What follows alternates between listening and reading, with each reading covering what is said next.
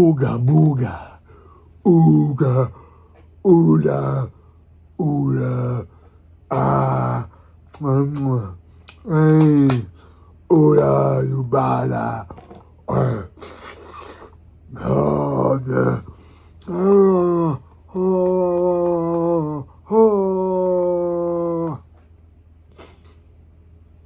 Whatever. Since the beginning of time, there's only been one website with the Babylons to claim every game reviewed when it came to the Pro System, and that's Atari7800forever.com.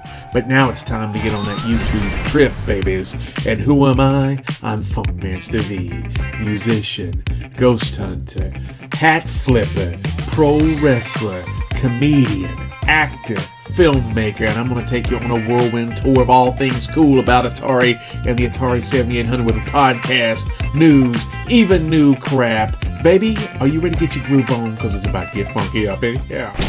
What's up, every peoples? This is Funkmaster V, and it's been a long time. I've been crossing the country back and forth making some feature films, 2 of them, and in the next few months I'm going to have some breaks, so I'm going to try to catch up on all these games and things I wanted to add to the website. So thanks for your patience. So we're going to jump right into this jive with Stone Age. Now, Stone Age is a game they've released at a gaming expo, and when I say they, I mean Atari Age. And look, Stone Age, Atari Age. You don't think I caught that? That was pretty sly. And it's a game that they've released for the 7800. It's a homebrew, and I think this is one of the first games this guy has ever made.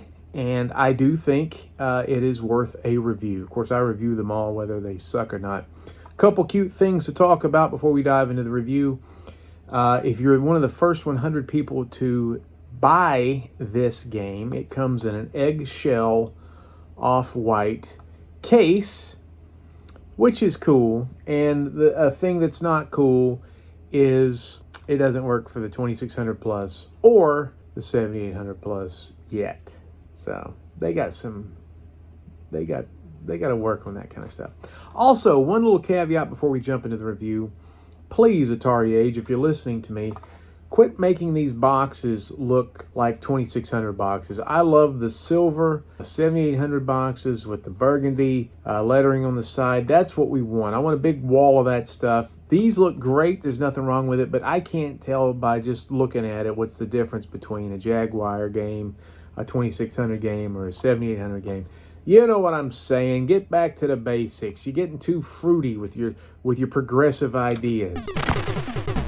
This game was designed by Anthony Quinlan. The graphics designer has a name that if I say it, it will probably invoke a demon. And then the artwork and packaging design was by a guy named William Thorup. So this game, hey, we're just going to put it out here. This is a simple game. It kind of reminds me of an Atari 2600 game. So it's a pretty easy game to kind of get your mind around. I will get the positives out of the way first. This is probably one of the best looking 7800 games you'll ever see. The graphics are wildly good. My only complaint maybe is the use of brown. Brown is not an attractive color. It's the color of poo, if you didn't know. But other than that, the sprites from the dinosaur to Grub, or whatever his name is, to Grub's wife, who isn't much to look at unless you're, from behind she's all right. The volcano, the fire, everything, the eggs, the pterodactyl. Yeah, pterodactyl not so much, but everything looks good. Is this better looking than Ricky and Vicky? It might be. It's one of the best looking 7800 games you will ever see. And speaking of the volcano, the gameplay wise, this reminds me a lot of that volcano part of Crossbow. So if you've ever played that game, which you should if you're a 7800 fan, this is just like a scene from that with a little bit of, there's not shooting and stuff, but it reminds me of that. So the premise of this game is fairly simple. You've got a guy here who lives in a hut. Of course, this is prehistoric times. And of course, this is a religious title because we've got dinosaurs and humans running around. So whoever made this was probably a Baptist or something. You've got a dinosaur on the right, really good looking sprite. Looks like a grown-up mean Yoshi, like Yoshi's mom. And Yoshi's mom is the town mattress. She has so many eggs inside of her. I don't know. She, on the weekend, she's down at the bar. So it is, guys, wrap it up. That's all I'm saying. But she's constantly shooting eggs, trying to hatch little Yoshis. And this is what Grub likes to do. He likes to steal eggs and take them to his wife. And she prepares the eggs because of patriarchy. Now, a couple problems I have with this game, just from a logic standpoint, and again, this is me just being an asshole. You have a hut. These people have put a wonderful home with what appears to be a grass roof right in the line of an active volcano that shoots magma out into the sky at a pretty good clip.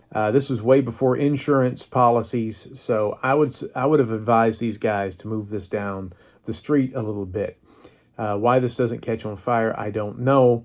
Also, this is the most passive, pregnant slut of a dinosaur you've ever seen. She just stays in one spot. In real life, I've seen Jurassic Park. I know that's real life.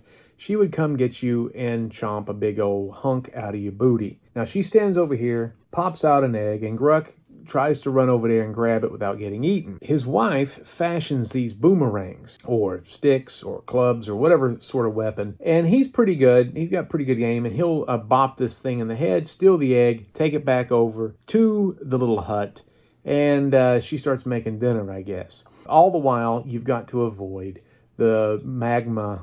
I don't know if it's correct. Is it magma when it's out of the ground, or is it something else? Is it just lava rocks? Is it obsidian? I don't know what it is. Anybody who watches this who's a geologist, please let me know in the comments. Don't get hit by the fire. Don't get eaten by the dinosaur. And also, if you screw around and the egg hatches, the little dinosaur can be a hazard to you as well. He'll run up and chomp your giblets. Also, if you stand in a house for too long, if you get a little too lazy, your wife will hit you over the head with something, and that'll kill you too. These people need counseling. It's not a terribly in-depth game. The gameplay doesn't really ramp up, but it does kind of start around level 3 because that's when the pterodactyl shows up. The pterodactyl will swoop in and steal the eggs out of your hut, and there is no police in this day and age, so you've got to knock him out of the sky with a well-placed weapon shot of your own. He's pretty easy to knock out. Around level 3, it gets pretty good. After a while, though, it starts to get a little stale. Another problem I have with Stone Age, I played on an emulator a version of this game that had wonderful music, and on my cartridge with my 7800, there is no music, and the sound effects are pretty minimal. I'm curious to see if you guys, when you get this from Atari Age, please put it in my comments below, because I'm just curious. Is the sound great? Because right now it's pretty rudimentary. You can't, as far as I know, get any extra men, so you got to be careful. You only have 3 lives, and don't fool around with beginner. Beginner is way too easy. You need to flip it on advanced so you have some sort of fun going on. I can see some Atari people really liking this game. I have wondered myself if I like this game. I appreciate how simple it is. I do think we live in 2026 where something needs to happen. It's kind of like Mattress Monkeys was pretty basic.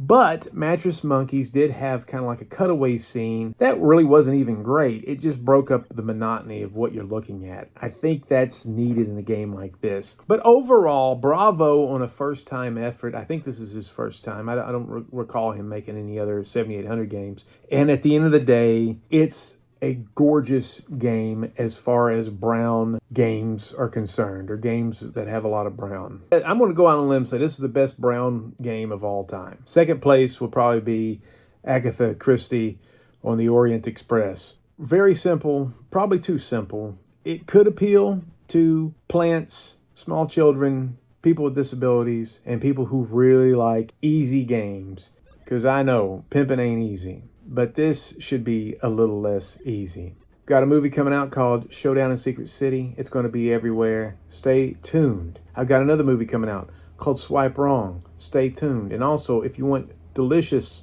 looking pants that makes your flat ass look wonderful, the perfect gene.nyc, baby.